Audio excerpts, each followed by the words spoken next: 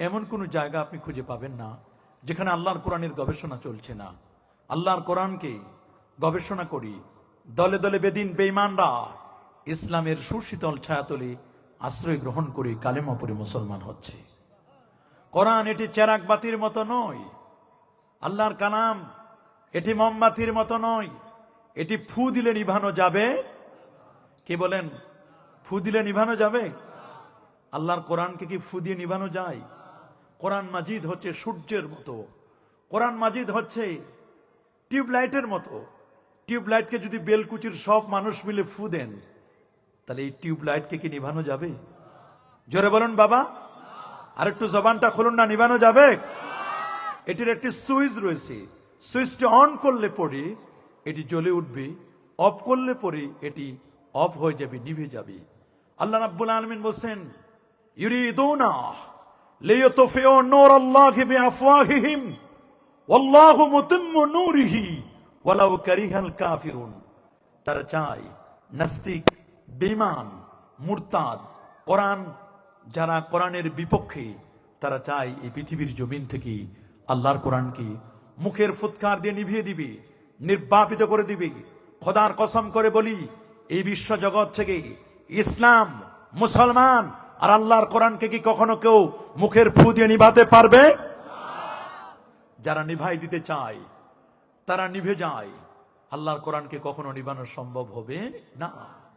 আজকের পৃথিবীতে প্রায় সারা ওয়ার্ল্ড ওয়াইড যদি আমরা বিশ্লেষণ করি, তাহলে আমরা দেখব গোটা পৃথিবীতে প্রায় 14 লাখের মতো হাফেজে কোরআন আছে। আল্লাহু আকবার বলেন। আমাদের প্রিয় মাতৃভূমি বাংলাদেশেও কম না, 3 থেকে 4 লক্ষের মতো, 4,18,000 একটি হিসাবে পাওয়া গেছে, 4,18,000 হাফেজে কোরআন আছে। আল্লাহু আকবার বলেন। প্রতি বছর বাংলাদেশ থেকে 33,324 জন ছাত্র, সামথিং কম বেশি 33,000-এর মতো ছাত্র মাথায় পাগড়ি নিয়ে আল্লাহর কোরআনকে সিনায় ধারণ করে তারা বের হয়ে যাচ্ছে। সুবহানাল্লাহ। এই ছাত্রগুলো কোথায় যাবে? আমরা শুনেছি মাননীয় প্রধান উপদেষ্টা গানের শিক্ষক প্রাইমারি লেভেলে নিয়োগ দেওয়ার কথা ছিল, সেটি উড্রয় করে নিয়েছে। আমাদের দাবি থাকবে আজকের মাহফিল থেকে এবং এই হেফজখানা থেকে যে প্রত্যেকটি প্রাইমারি স্কুলে গানের শিক্ষক না দিয়ে বরং একজন হাফেজে কোরআন, একজন কারি সাহেব নিয়োগ দেওয়া হোক, যাতে করে ছোট্ট সোনামণি কোমলমতি আমাদের সন্তানেরা যেন বিশুদ্ধভাবে আল্লাহর কালাম কোরআন মাজিদটা যেন তেলাওয়াত শিখতে পারে। ঠিক কিনা বলুন? কি এটা আমরা চাই কি চাই না? আমাদের ছোট্ট ছোট্ট সোনামণিরা তারা কি পরে স্কুলে গেলে? আগডুম বাগডুম, ঘোড়ার ডিম সাজে, ঢাক ঢোল সারাদিন বাজে। নওজুবিল্লাহ বলেন।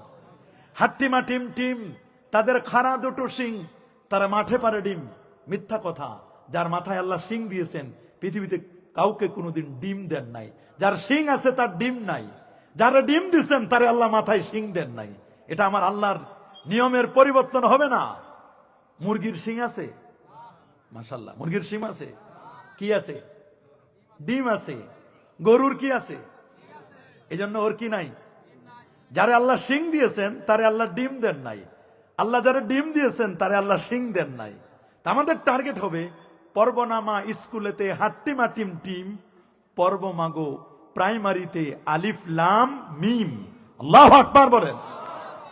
কারণ আল্লাহর নবী তিনি 1500 বছর আগে জামে তিরমিজির 2121 নম্বর হাদিসে বলে দিয়েছেন, মান করা হারফাম মিন কিতাবিল্লাহ কুতিবা লাহু আল হাসানা। যে আল্লাহর কোরআনের একটি অক্ষর তিলাওয়াত করবে, তার আমলনামায় একটি নেকি লিখে দেওয়া হবে। এই নেকিটি, এই রিওয়ার্ডস, এই সওয়াবটি শুধু একের মধ্যে সীমাবদ্ধ নয়। ওয়াল হাসানাতু বিআশরি আমসালিহা, একে 10, 10 থেকে আরো বেশি 70, 70 থেকে 700 গুণ। কোন ব্যক্তি যদি আলিফ লাম মিম পড়ে, তাহলে তার আমলনামায় 330টি নেকি লিখে দেওয়া হবে। সুবহানাল্লাহ বলেন। আল্লাহু আকবার বলেন। রাসূলুল্লাহ বলে দিয়েছেন, মান ক্বালা বিল কোরআন, কোন ব্যক্তি যদি আল্লাহর কালাম দিয়ে কথা বলে, সাদাকা, ওই লোকটি সত্য কথা বলে। কোরআন দিয়ে কথা বললে ওই মানুষটি কখনো মিথ্যা কথা বলে না। সুবহানাল্লাহ বলেন। ওমান দা বিল কোরআনিল কারীম, কোন মানুষ যদি আল্লাহর কোরআন দিয়ে মানুষকে দ্বীনের দাওয়াত দেয়, মানুষকে সত্য পথের দিকে আহ্বান করে, সে কোনোদিন বাতিল পথে আহ্বান করতে পারে না, ভণ্ডদের পথে কখনো আহ্বান করতে পারে না। কোরআন মাজিদ দিয়ে যদি কোনো মানুষকে দাওয়াত দেয়, নিঃসন্দেহে সেই মানুষটি সত্য পথের দাওয়াত দিবে, সিরাতে মুস্তাকিমের পথে, হকের পথে দাওয়াত দিবে। ঠিক কিনা বলুন? আমরা কি হক পথ চাই কি চাই না?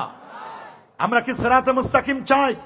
দেখি কারা কারা চান, হাত তুলে দেখান তো। নারে তাকবীর, মাশাআল্লাহ, লিল্লাহে তাকবীর, নারে রিসালাত, মুহাম্মদ রাসূলুল্লাহ, নারে তাকবীর।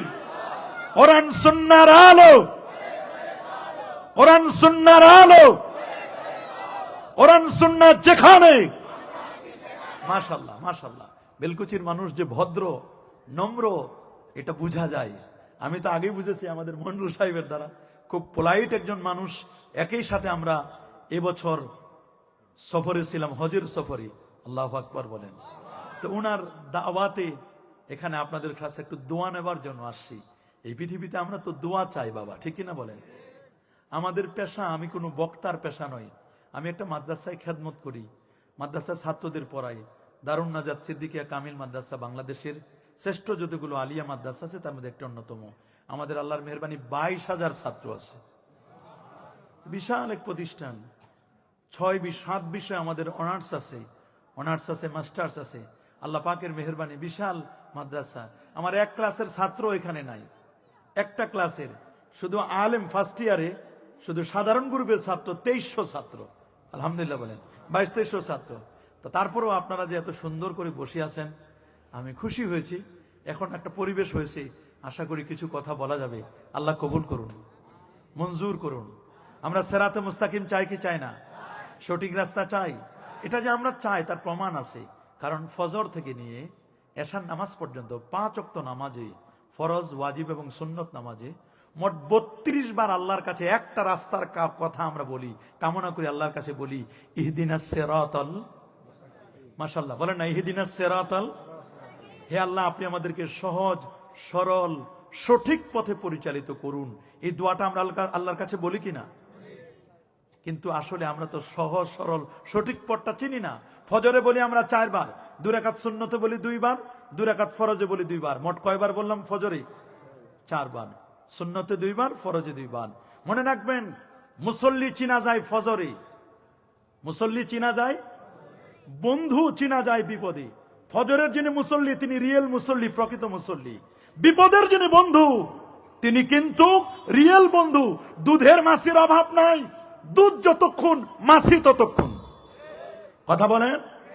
জুমার দিন, আজকে জুমা গেছে, জুমার নামাজের মুসল্লির অভাব নাই, কিন্তু ফজরের নামাজের মুসল্লির বড় অভাব। জুমার দিন তাও তো আসে 2 রাকাত পড়ার জন্য। দুখুল মসজিদ নাই, তাহিয়াতুল ওযু নাই, কাবলাল জুমা নাই, বাদাল জুমা নাই, দোয়া নাই, মুনাজাত নাই। শুধু আসবে সবার শেষে, যাবে সবার আগে, দোয়া মুনাজাত না করে তাড়াতাড়ি কেমনে 2 রাকাত পড়ে বাসায় যাবে, এই টেন্ডেন্সি নিয়ে মসজিদে যায়। কথা বলেন? এদের সাথে আমাদের সম্পর্ক কি? বলেন, এদের সাথে আমাদের সম্পর্ক আছে নাকি? অথচ আল্লাহ নবী সহিহ মুসলিমের বর্ণনা এসেছে, নবীজি বলেছেন, সর্বপ্রথম আল্লাহর ঘর মসজিদে যিনি পা রাখবেন তার আমলনামায় একটা উট কুরবানির সব রেখে দেওয়া হবে। নেক্সটে যিনি যাবেন তার আমলনামায় একটা গাভী কুরবানির সব রেখে দেওয়া হবে। এরপরে তৃতীয় জন যিনি যাবেন তার আমলনামায় একটা দুম্বা কুরবানির সব রেখে দেওয়া হবে। সর্বশেষ যিনি যাবেন তার আমলনামায় একটা ডিম আল্লাহর রাস্তায় দান করলে যে পরিমাণ সওয়াব হয়, ওই পরিমাণ সওয়াবটা আল্লাহ তার আমলনামায় দান করবেন।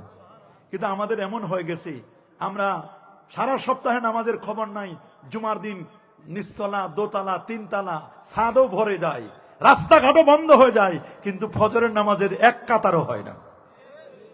জোরে বলেন, ফজরের নামাজের 1 কাতারও। অথচ আল্লাহ নবী দোয়া করেছেন, জামে তিরমিজির হাদিস, 3140 নম্বর হাদিস, জামে তিরমিজি, আল্লাহুম্মা বারিক লি উম্মতি ফি বুকুরিহা, আল্লাহ তুমি আমার উম্মতের সকালবেলা বরকতময় করো। এইজন্য বিজ্ঞানীরা বলেন, সকালবেলার হাওয়া লক্ষ টাকার দাওয়া। বলেন না, সকালবেলার হাওয়া। বুঝতেছেন আমার কথা? আমি আপনাদের এলাকায় কি ভাষায় ওয়াজ করতে হয় আমি জানি না, তবে আমি আস্তে আস্তে আপনাদেরকে একটু সামনে যাওয়ার জন্য চেষ্টা করছি। যদি ধৈর্য ধারণ করেন, 1 ঘন্টা তাহলে আশা করি কিছুটা আমরা শিখে যেতে পারবো। মনে রাখবেন, সকালবেলার হাওয়া, আরো জোরে বলেন, সকালবেলার হাওয়া লক্ষ টাকার হাওয়া। নবীর তরিকা ছিল, আল্লাহ নবী 3টা থেকে 3:30টার মধ্যে ঘুম থেকে জেগে যেতেন। Early to bed and early to rise. নবীজি ঘুমাতেন 9টার মধ্যে, আবার জেগে যেতেন রাত 3:30টার মধ্যে, তাহাজ্জুদে দাঁড়ায় যেতেন নবীজি। সুবহানাল্লাহ, আল্লাহু আকবার বলেন। আর আমরা ফেসবুক ইউটিউব চালাতে চালাতে রাত 11টা, 12টা, 1টা, 2টা, 3টা। যখন আল্লাহর ওলিরা ঘুম থেকে জেগে তাহাজ্জুদ নামাজের পরে দরুদ পরে সালাম দিয়ে আল্লাহর দরবারে দোয়া মুনাজাত করবে, যখন আল্লাহর পক্ষ থেকে রহমত আসবে, ওই সময় শয়তান বলে, আর কতক্ষণ ইউটিউব দেখবা, এখন একটু বিছানায় যাও। ফজর আমাদের মিস, ঘুমাইয়া কাজা করেছো ফজর, তখনই জাগনি যখনই জহর, হেলায় খেলায় কেটেছে আসর, মাগরিবের ওই শুনিয়া যান, এশার জামাতে হওরে শামিল, এখনো আছে জামাতে স্থান। এশার নামাজ, সেটাও অনেকে মিস করে ফেলে। কিন্তু নামাজের কথা বললে বলে, হুজুর নামাজ লাগবে না, ওয়াজ করেন। কথা বলেন। তা আমরা সিরাতে মুস্তাকিম চাই কি চাই না? আল্লাহ নবী একদিন সিরাতে মুস্তাকিম দেখাই দিবেন। রাসূলের প্রিয় সাহাবী আব্দুল্লাহ ইবনে মাসউদ রাদিয়াল্লাহু তাআলা, তাকে নবীজি বললেন, আব্দুল্লাহ, আমার হাতে একটা লাঠি দাও। কি চাইলেন? জিজ্ঞেস করলেন, ইয়া রাসূলুল্লাহ, আপনি লাঠি দিয়ে কি করবেন? তো নবীজি বলেন, লাঠি দিয়ে কি করব? তোমাদের কাউকে পিটাবো না, এই ভয় তোমরা করো না। বলে, হুজুর কি করবেন? নবীজি বলেন, তোমাদেরকে প্র্যাকটিক্যাল, নট থিওরিক্যাল, প্র্যাকটিক্যাল আমি তোমাদেরকে সত্য পথ সিরাতে মুস্তাকিমটা আমি তোমাদেরকে দেখাই দিতে চাই। খাত্তালানা রাসূলুল্লাহ সাল্লাল্লাহু আলাইহি ওয়াসাল্লাম খাত্তাম মুস্তাকিমান আলাল আরদ। নবীজি সোজা মাটির উপর একটি রেখা অঙ্কন করলেন, একটা দাগ টেনে দিলেন বালুর উপরে। এরপরে টানার পরে বললেন, হাজা সাবিলুল্লাহ, এটি আল্লাহর পথ, সিরাতুম মুস্তাকিম, এটার নাম হলো সোজা পথ। ওই সোজা পথটি অঙ্কন করার পরে সোজা পথের ডানে 3টি, বামে 3টি, 3টি করে 6টি আঁকা বাঁকা বক্র রেখা টেনে দিলেন। বক্র পথ বলেন, এগুলো শয়তানের পথ। প্রত্যেকটা পথের মাথায় শয়তান বসা। 6টা পথ। এই পথগুলো ভালো নয়, এগুলো বাতিলপন্থীদের পথ, এগুলো খারেজিদের পথ, রাফেজিদের পথ, মুতাজিলাদের পথ, এগুলো বাতিলপন্থীদের পথ। এই পথে তোমরা চলবে না। এবং বললেন, এক একটা পথের মাথায় 12টা করে উপদল আছে। একটা যদি 12টা থাকে, 6 কত হয়? মাশাআল্লাহ, এটা অঙ্ক করেছেন। 6 কত? 72। আর সোজা একটা রেখা, এই মিলে হলো 73টা। জামে তিরমিজি 2641 নম্বর হাদিসে আল্লাহ নবী বলেন, ইন্না বানি ইসরাঈলা তাফাররাকাত আলা সানতাইনি ওয়া সাবিনা মিল্লাহ। শুনে নাও, বনু ইসরাইল, ইহুদিরা 71 দলে বিভক্ত হয়েছিল, খ্রিস্টানরা 72টি দলে বিভক্ত হয়েছিল। সাতাফতারিক উম্মতি আলা সালাসি ওয়া সাবিনা মিল্লাহ, আমার উম্মত বিভক্ত হবে 73টি দলে। কুল্লুহুম ফিন্নার ইল্লা মিল্লাতান ওয়াহিদা। 73টি দলের 72 দলের ঠিকানা জাহান্নাম, একটি মাত্র দলের ঠিকানা আল্লাহ পাকের জান্নাত। সাহাবায়ে কেরাম বলল, ক্বালু ওয়া মা হিয়া রাসূলুল্লাহ, কোন দলটি জান্নাতি হবে, নাজি ফেরকা হবে, নাজাতপ্রাপ্ত দল হবে? নবীজি বলেন, মা আনা আলাইহি ওয়া আসহাবি, আমি নবীজি এই পথে আছি, আমার পথ, আমার সাহাবীদের পথ, এই পথ মত মতো যারা চলবে তারাই হচ্ছে জান্নাতি। আল্লাহু আকবার বলেন। আমরা কি নবীজির পথে চলতে চাই? সাহাবীদের পথে চলতে চাই? হাত তুলে দেখান না, নবীর পথে চলতে চাই, সাহাবীদের পথে চলতে চাই। নবীদের পথ, সাহাবীদের পথ, ওলিয়া উলিয়াদের পথ, হক্কানি ওলিদের পথ, ভণ্ডদের পথ নয়। কি বলেন? একদল ভণ্ড পীর আছে না নাই? ভণ্ড আছে না নাই? একদল ভণ্ড পীর আছে, নামাজ নাই, রোজা নাই, হজ নাই, যাকাত নাই, তরিকা নাই, তাসাউফ নাই, লেবাস নাই, পোশাক নাই, সিরাত নাই, সুরত নাই, আদব নাই, আখলাক নাই। আছে মদ, জুয়া, গাজা, ইয়াবা, বাবা, হিরোইন, ফেন্সিডিল, একতারা, দোতারা, সেতারা, আউল, বাউল, ফাউল, নাচানাচি, লাল সালো ঘুরায় দেয়। আর বড় এখানে আসলেই তুমি মুক্তি পাবা। নাউজুবিল্লাহ, এগুলো ভণ্ড, এগুলো প্রতারক। এদের কাছে গেলে ঈমান নষ্ট হয়ে যাবে। আমরা কি কখনো এদের কাছে যাব? কখনো যাব? আমাদের চলার পথ হচ্ছে সিরাতে মুস্তাকিম, সরল সঠিক পূর্ণপন্থা। মদের দাও গো বলি, চালাও সে পথে, যে পথে তোমার প্রিয়জন গেছেন চলি। হক্কানি ওলিয়া উলিয়া, আহলে হক, ওলামায়ে কেরাম যেই পথে চলেছেন, নবীরা যেই পথে চলেছেন, সিদ্দিকরা যেই পথে চলেছেন, শহীদরা যেই পথে চলেছেন, আমরা কি সেই পথে চলতে চাই কি চাই না?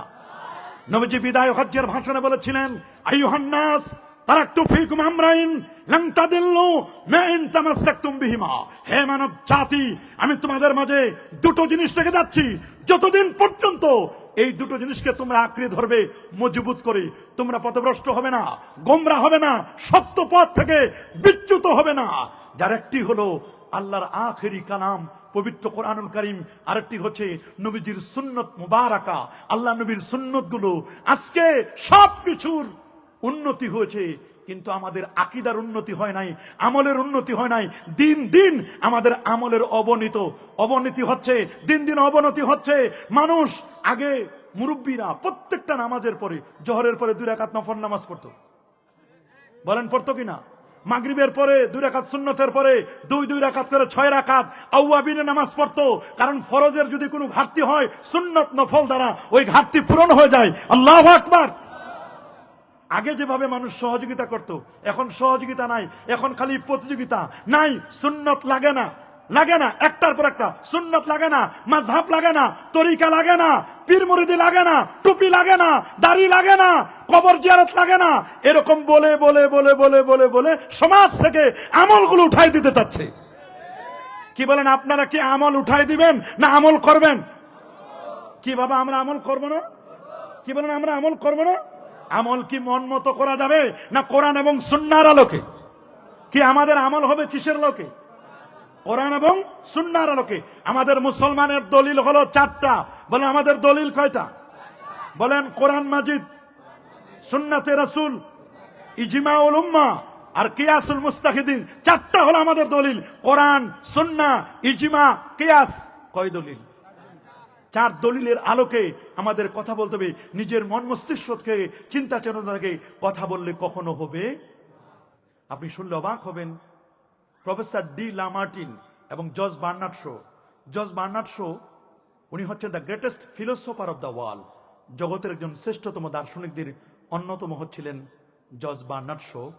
উনি ম্যানচেস্টার লাইব্রেরিতে 30 লক্ষ পুস্তককে সামনে রেখে তিনি গবেষণা করছিলেন। গবেষণা সেলে গবেষণা করছিলেন। দুদিক থেকে 2জন জার্নালিস্ট, দুদিক থেকে 2জন সাংবাদিক আসলো, এসে বললেন, প্লিজ স্যার, আপনার দৃষ্টিভঙ্গি একটু পরিবর্তন করতে চাই। বলো, কি বলতে চাও? বলে, স্যার, আমরা একটু কনফিউশনে পড়ে গেছি। এই পৃথিবীর মধ্যে বহু জাতি রয়েছে, হিন্দু আছে, অমুসলিম, খ্রিস্টান, ইহুদি, জৈন, মুসলিম, কত জাতি আছে, কত ধর্মগ্রন্থ আছে। প্লিজ আমরা আপনার কাছে শুধু একটু জানতে চাই, পৃথিবীর মধ্যে শ্রেষ্ঠতম জাতি কোনটি? আপনি শুধু এটা বলবেন। জর্জ বার্নার্ড শো তিনি বলেন, আমি 5টা মিনিটের মতো চক্ষু বন্ধ করলেন। চক্ষু বন্ধ করে তিনি বলেন, তোমরা একটা জটিল এবং কঠিন প্রশ্ন করেছো, এরকম প্রশ্ন আমাকে কখনো কেউ করে নাই। তিনি বলেন, শোনো, আমি জাতিতে হলাম একজন খ্রিস্টান। উনি একজন খ্রিস্টান লেখক ছিলেন, ইংলিশ লিটারেচারে উনি খুব এক্সপার্ট ছিলেন। উনি বললেন, তোমরা আমাকে জটিল প্রশ্ন করেছো। আমি যদিও জাতিতে একজন খ্রিস্টান, তবে জাতিতে খ্রিস্টান হলেও আজকে অ্যাবসলিউটলি ট্রুথ, যেটা সত্য, নিরঙ্কুশ সঠিক, সেই বক্তব্যটি আজকে আমি তোমাদেরকে দিব। তোমরা মানো আর নাই মানো, আমি কখনো অসত্য কথা বলবো না, মিথ্যা আমি বলতে পারবো না, সত্য কথা আমি বলবো। এই পৃথিবীর মধ্যে যদি কোনো শ্রেষ্ঠতম জাতি থেকে থাকে, সেই জাতিটির নাম হচ্ছে মুসলমান। আল্লাহু আকবার বলেন। জিজ্ঞেস করা হলো, স্যার, আপনি যে মুসলমানকে সেরা বললেন, আপনি নিজেও তো একজন খ্রিস্টান। বলে, আমি নিজে খ্রিস্টান হতে পারি, খ্রিস্টান হলেও মুসলমান সেরা। বলে, স্যার, আপনি কেন সেরা বললেন? বলে, শোনো, মুসলমান যে শ্রেষ্ঠ, এটা আমি এমনি বলি নাই, অনেকগুলো কারণ আছে। তার মধ্যে 2টো কারণ মুসলমান পৃথিবীর মধ্যে শ্রেষ্ঠতম জাতি। 2টো কারণ। বলে, স্যার, নাম্বার 1, বলে, প্রথম কারণ, মুসলমানের কাছে আছে আল্লাহর কোরআন। আল্লাহু আকবার বলেন। স্যার, দ্বিতীয় কারণ? বলে, দ্বিতীয় কারণ হচ্ছে মুসলমানের নবীজি মুহাম্মদুর রাসূলুল্লাহ সাল্লাল্লাহু আলাইহি ওয়াসাল্লাম। আল্লাহু আকবার বলেন। বলে, স্যার, কোরআনের মাঝে কি আছে? বলে, কোরআনে এমন কোনো কিছু বাদ দেওয়া হয় নাই যেটার আলোচনা আল্লাহ করেন নাই, সব আছে। সুবহানাল্লাহ বলেন। তো জিজ্ঞেস করলেন, স্যার, সব আছে মানে কি? বলে, সব আছে মানে সবই আছে। মা ফাররাতনা ফিল কিতাবি মিন শাই, কোরআনে কোনো কিছু বাদ দেওয়া হয় না যেটার আলোচনা আল্লাহ করেন নাই। আল্লাহ বলছেন, ওয়া নাযালনা আলাইকাল কিতাবা তিবিয়ানান লিকুল্লি শাইইন ওয়া হুদা ওয়া রাহমাতাও ওয়া বুশরা লিল মুসলিমিন।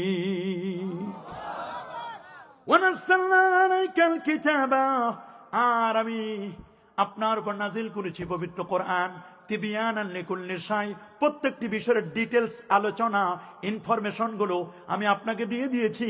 তিবিয়ানান লিকুল্লি শাই, হুদা, আল্লাহর কোরআনটা হচ্ছে মানব জাতিকে সঠিক পথ দেখাবে। কোরআন হলো হুদা, মাসদার বা মানে ইসমে ফাইল হাদি, হাদিউল লিন্নাস, কোরআনটা মানব জাতিকে হেদায়েত দানকারী। সুবহানাল্লাহ বলেন। কোরআন মানব জাতিকে হেদায়েত দেখাবে। ওয়া রাহমা, কোরআন হচ্ছে করুণার আধার। ওয়া বুশরা লিল মুসলিমিন, মুসলমানদের জন্য সুসংবাদ দানকারী হচ্ছে আল্লাহর আখেরি কালাম পবিত্র কোরআনুল কারীম। সুবহানাল্লাহ বলেন, আল্লাহু আকবার বলেন। জিজ্ঞেস করলো, স্যার কোরআনে কি আছে? বলে এমন কোন সাইড বাকি নাই যেটা কোরআনে নাই। তো জিজ্ঞেস করলেন, আচ্ছা স্যার কোরআনে কি সূর্যের কথা আছে? বলে ইয়েস, কোরআনে সূর্যের শুধু কথা না, কোরআনে সূর্যের নামে একটা সূরাই আছে। সুবহানাল্লাহ বলেন না? কোরআনে সূর্যের নামে সূরা নাই? বলেন কি নাম দেখি, কে বলতে পারেন? সূরাতুশ শামস, মাশাআল্লাহ। ওয়াশ শামসি ওয়া দুহাহা ওয়াল কমারি ইযা তালাহা ওয়ান নাহারি ইযা জাল্লাহা। কোরআনে সূর্যের নামে সূরা। সূর্য তো দূরে নয়, কাছে নাকি? একদিক থেকে খুব বেশি দূরে না। সূর্য এখান থেকে 9 কোটি 30 লক্ষ মাইল দূরে, দ্যাট মিন্স 15 কোটি কিলোমিটার দূরে। আল্লাহু আকবার বলেন। পৃথিবী 51 কোটি 1,50,000 বর্গ কিলোমিটারের বিশাল পৃথিবী। পৃথিবী থেকে 13 লক্ষ গুণ বড় সূর্যটা। এইরকম 13 লক্ষ পৃথিবীকে খেয়ে হজম করতে পারে যেটা, তার নাম হলো সূর্য।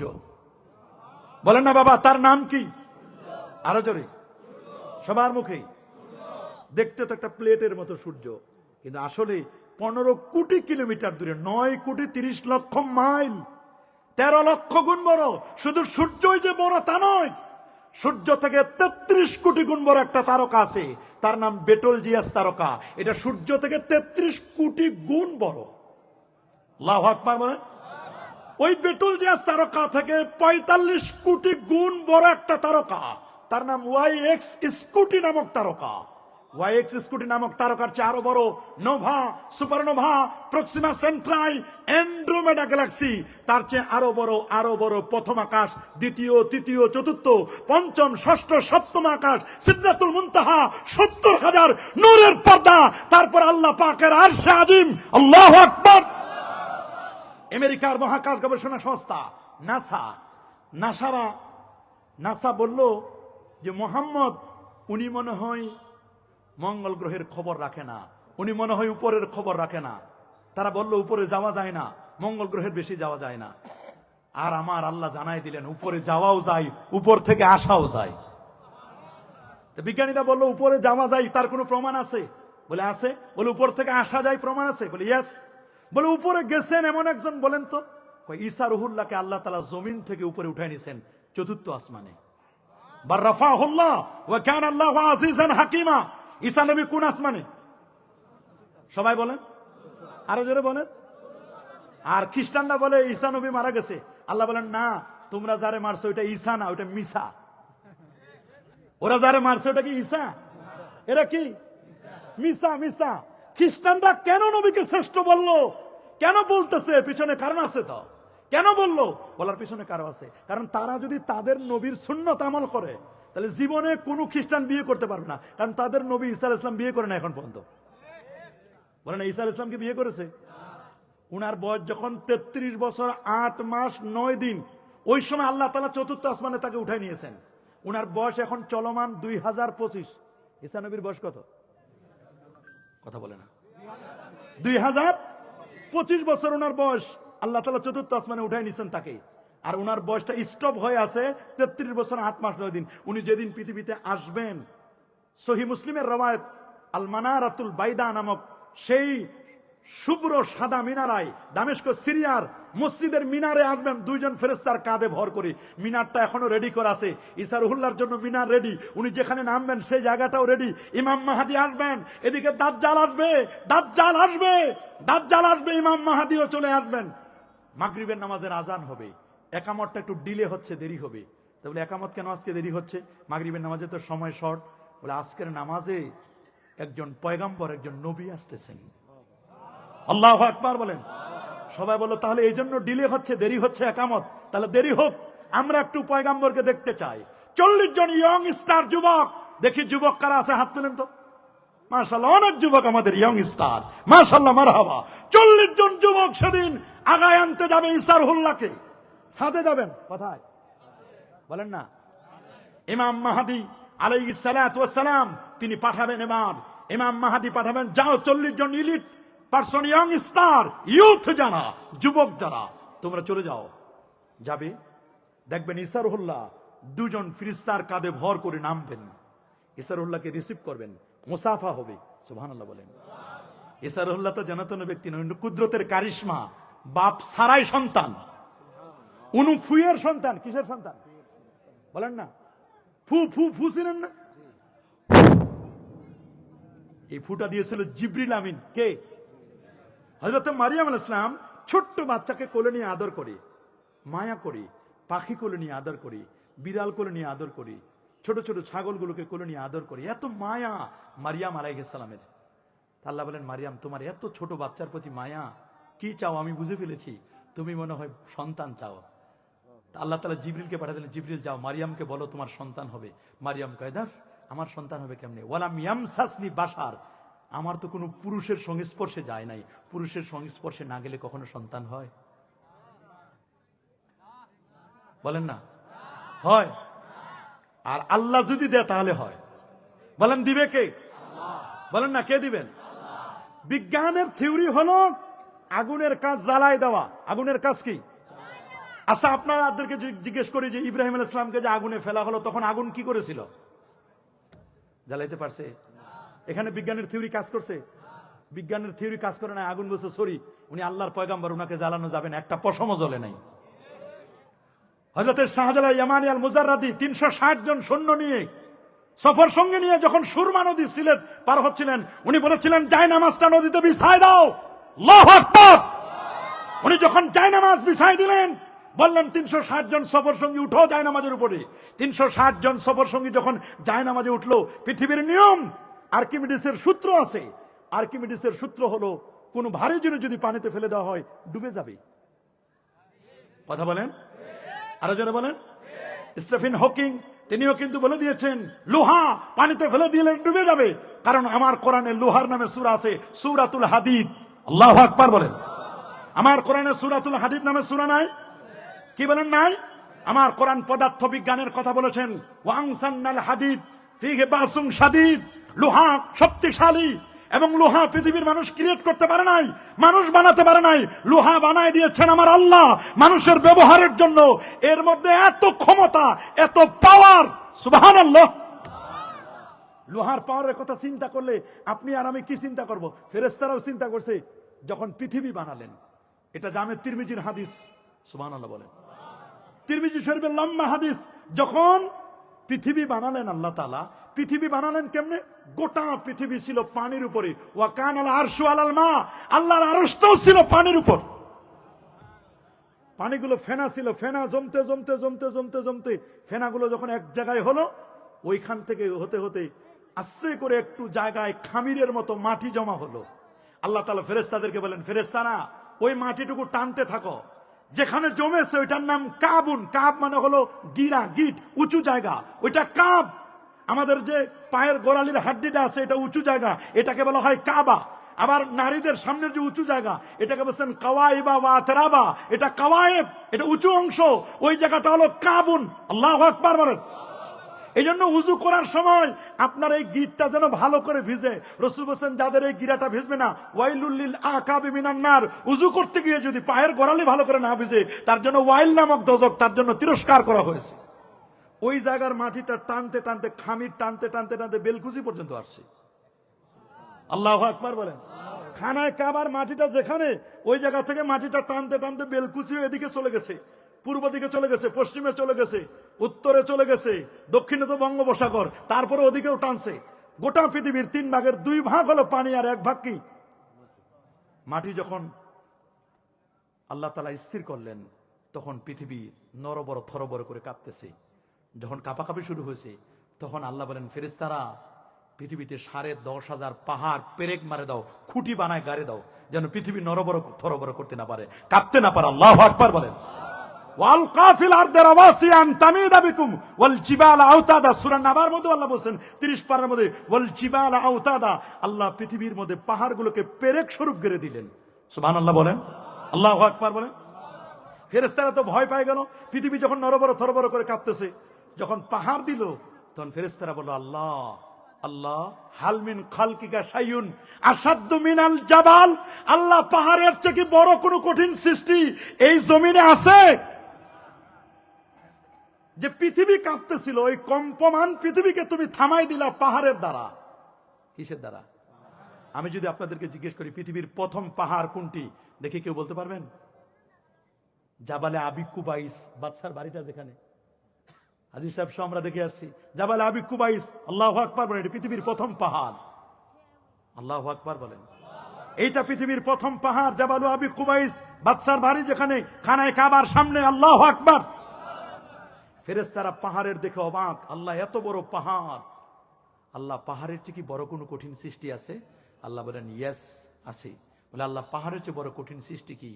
বলেন পাহাড়ের চেয়ে বড় কঠিন সৃষ্টি হলো লোহা, আয়রন, লোহা। বলে কেন? ফেরেশতারা লোহা ধরে টানাটানি করতেছে, দেখি না পারতেছে না, এত শক্তিশালী, ফিহে বাসুন শাদীদ। কারণ লোহা বানাইতে গেলে 15 লক্ষ ডিগ্রি সেলসিয়াস তাপমাত্রা লাগে, যেটা পৃথিবীতে নাই। এটা আল্লাহ নিজে বানায়া বৃষ্টির কণার সাথে কোন কোন দেশে দিয়ে দিয়েছেন। এক দেশে দিয়েছেন, ডেনমার্কে দিয়ে দিয়েছেন, যাও লোহা, লোহার খনি। বাংলাদেশে দিছে গ্যাসের খনি, সৌদি আরবে দিয়েছেন স্বর্ণের খনি, তৈলের খনি। এক এক দেশে এক একটা দিছে। যদি এক দেশে সব দিত তাহলে তো সবাই ওইটাই শুধু মরল দাবি করত। এক এক দেশে এক একটা দিছে যেন সবাই সবার দিকে মুহতাজ হয়। আল্লাহু আকবার বলেন। ফেরেশতারা লোহা নিয়ে টানাটানি করতে করে, বাপরে বাপ কঠিন শক্তি। জিজ্ঞেস করেন, আল্লাহ লোহার চেয়ে কি বড় কঠিন কোন সৃষ্টি আছে? বলে আছে। লোহার চেয়েও বড় কঠিন সৃষ্টি আছে। আর লোহা দিয়ে তো পাহাড় কাটে, পাহাড়ের চেয়ে বেশি কঠিন হলো লোহা। লোহার চেয়ে বড় কঠিন সৃষ্টি আছে? বলে ইয়েস আছে। বলে কি? লোহার চেয়ে বড় কঠিন সৃষ্টি, লোহা যত বড় হোক ওটা আগুনের কাছে গেলে লোহা সরি বলে দেয়। আগুনের কাছে গেলে লোহা গলে যায় কিনা? কি বলেন, গলে যায় না? ফেরেশতারা বলল, আল্লাহ আগুনের চেয়েও কি বড় কঠিন সৃষ্টি আছে? বলে আছে। বলে কি? আগুনের চেয়েও বড় কঠিন সৃষ্টি আছে, সেটার নাম হলো পানি। যত বড় আগুন লাগুক, বেলকুচিতে যদি আগুন লাগে ফায়ার সার্ভিস ডাকবেন মুহূর্তের মধ্যে। তবে জাহান্নামের আগুন নিভানোর জন্য ফায়ার সার্ভিসকে ডাকলে হবে না, লাগবে চোখের পানি। কথা বলেন। ফেরেশতারা বলল, আল্লাহ পানির চেয়েও কি বড় কোনো কঠিন সৃষ্টি আছে? বলে হ্যাঁ আছে। হাল মিন খালকিকা শাইউন আসাদ্দু মিনাল মা, পানির চেয়ে বড় কঠিন সৃষ্টি আছে? বলে আছে। বলে কি? পানির চেয়ে বড় কঠিন সৃষ্টি কি? বলে পানির চেয়ে বড় কঠিন সৃষ্টির নাম হলো বাতাস। পানির কান ধরে ধাক্কাইয়া ধাক্কাইয়া, বাতাস হলে, ঝড় হলে, তুফান হলে, বাতাস সাগরের মধ্যে এমন বাতাস উঠে, বাতাস ধাক্কাইয়া পানিরে আপনার বাসায় পৌঁছাই দেয়। আল্লাহু আকবার বলেন। আপনি যে 10 তলা বিল্ডিং করেন, 50 তলা বিল্ডিং করেন, নিচে যে পানির পাম্পটা বসান, যদি ফ্যান না ঘুরে, বাতাস না ঘুরে, তাহলে নিচ থেকে পানি কি ট্যাঙ্কিতে উঠবে? বলেন। তাহলে নিচের পানি কান ধরে উঠাই কে? তাহলে বাতাসের শক্তি আছে না নাই? ফেরেশতারা বলল, আল্লাহ পানির চেয়ে বড় কঠিন সৃষ্টি আছে? বলে আছে। বাতাস? বলে আল্লাহ বাতাসের চেয়ে কঠিন সৃষ্টি আছে? বলে আছে। বলে কে? কয় মানুষ। আল্লাহু আকবার বলেন। কে কে কে? মানুষ। বলে মানুষ হয় কেমনে? বলে মানুষ, এমব্রিওলজিস্ট যারা, ভ্রূণতত্ত্ববিদ, হিউম্যান অ্যানাটমি নিয়ে যারা কাজ করে, বলে পৃথিবীতে মানুষ সৃষ্টি হয় ক্রোমোজোমের মাধ্যমে। পুরুষের ক্রোমোজোম হলো এক্স এবং ওয়াই, নারীর ক্রোমোজোম হলো ডাবল এক্স। পুরুষের এক্স, নারীর এক্স, এক্স এক্স মিলে সন্তান হবে মেয়ে। পুরুষের ওয়াই, নারীর তো আর ওয়াই নাই, নারীর আছে এক্স, এক্স আর ওয়াই মিলে সন্তান হবে ছেলে। বলে ঈসা রুহুল্লাহ, তার তো বাবা নাই, মরিয়মের তো স্বামী নাই, ওয়াই নাই, ওয়াই ছাড়া কেমনে সন্তান হয়, ছেলে হয় কেমনে? আল্লাহ যদি দেন তাহলে হয়। আল্লাহু আকবার বলেন। শাহজালাল ইয়ামানি আল মুজাররাদি যখন জায়নামাজ বিছাই দিলেন সুরমা নদীর উপরে সিলেটে, গৌর গোবিন্দ নৌকা বন্ধ করে দিয়েছে, ট্রলার বন্ধ করে দিয়েছে, সব রকমের যাতায়াতের পথ বন্ধ করে দিয়েছে, বড় বড় পাথরগুলো রেখে দিয়েছে। শিল, শিল মানে পাথর, শিল মানে কি? পাথর রেখে দিয়েছে। আল্লাহর ওলি শাহজালাল ইয়ামানি আল মুজাররাদি বলেন, 360 জন উঠো জায়নামাজে। জায়নামাজ ডুবে না, পানি বলছে সরি, এরা আল্লাহর ওলি, এদেরকে আমি কখনো ডুবাতে পারবো। জায়নামাজ ফেরি হয়ে পার করে দিল, বলছেন শিল হট, শিল হট, শিল হট, যা পাথর সরে যা। আল্লাহর ওলির জবান থেকে যে বের হয়েছে শিল মানে পাথর, হট মানে সরে যা। পাথর উড়ে উড়ে চলে গেছে, তাদের জন্য রাস্তা পরিষ্কার হয়ে গেছে, সিলেট বিজয় হয়েছে। আল্লাহর ওলির জবান থেকে নাম উচ্চারণ হয়েছে শিল হট, ওইখান থেকে পরিবর্তিত হয়ে নাম হলো সিলেট। আল্লাহু আকবার বলেন, আরো যে আল্লাহু আকবার। হযরত ঈসা রূহুল্লাহ, তার তো বাবা নাই, বাবা ছাড়া সন্তান কেমনে হয়? যিনি দেন তিনি কে? আরো জোরে। ঈসা রূহুল্লাহ আসবেন, যুবকরা তাকে রিসিভ করে আনবেন, ইমাম মাহাদির সাথে মুসাফা হবে। ইমাম মাহাদি বলবেন আপনি যান, কদ্দিম, আপনি সামনে যান, ইমামতি করেন। ঈসা রূহুল্লাহকে বলবেন, ঈসা রূহুল্লাহ বলবেন যে না আমি ইমামতি করব না। বলে আপনি আল্লাহর পয়গম্বর? বলে আমি পয়গম্বর হিসাবে আসি নাই, আমি এসেছি আল্লাহর হাবিবের উম্মত হিসাবে। মাগরিবের নামাজ হবে, নামাজের পরে ঈসা রূহুল্লাহ এবং ইমাম মাহাদি দুজনে মিলে দাজ্জালকে কচু কাটা কাটবেন, দাজ্জালের অস্তিত্ব পৃথিবী থেকে বিলীন করে দিবেন। আল্লাহু আকবার বলেন। বিজ্ঞান বলছে, নাসা বলছে উপরে যাওয়া যায় না, আল্লাহ বলেন উপরে যাওয়া যায়। দেখো আমি ঈসা রূহুল্লাহকে উপরে নিলাম। কাকে? কাকে? ঈসা রূহুল্লাহকে। ঈসা রূহুল্লাহ কি মরে গেছে? বেঁচে আছে না? আসবেন, ওয়ায়াতাযাওয়াজু, তিনি বিয়ে করবেন, ওয়াইউলাদু লাহু, তার সন্তান হবে, ওয়ায়ামকুসু ফিহা 40 সানা, একটি রওয়ায়াত আছে 40 বছর তিনি পৃথিবীতে থাকবেন। আমি নিজেও দেখে এসেছি 2010 সালে যখন গেছিলাম হজে মদিনা শরীফে, এবং রাষ্ট্রীয়ভাবে যখন আমি গেছিলাম রাষ্ট্রীয় মেহমান হিসেবে, তখন আমি দেখে এসেছি যে ওই জায়গায় ঈসা রূহুল্লাহর জন্য নবীজির রওজা মোবারকের পাশে এখনো ঈসা রূহুল্লাহর জন্য একটা কবরের জায়গা বাকি আছে। আল্লাহু আকবার বলেন, আরো যেমন আল্লাহু আকবার। এখনো জায়গা বাকি আছে, এখনো জায়গা সেখানে বাকি আছে, উপরে যাওয়া যায়। কিন্তু উপরে যিনি গেছেন এখনো কি নামছেন ঈসা রূহুল্লাহ? এবার জিজ্ঞেস করলে আচ্ছা উপরে যাওয়া সহজ, উপর থেকে কি নেমেছেন? আমরা বলবো হ্যাঁ উপর থেকে নেমেছেন। বলে কে?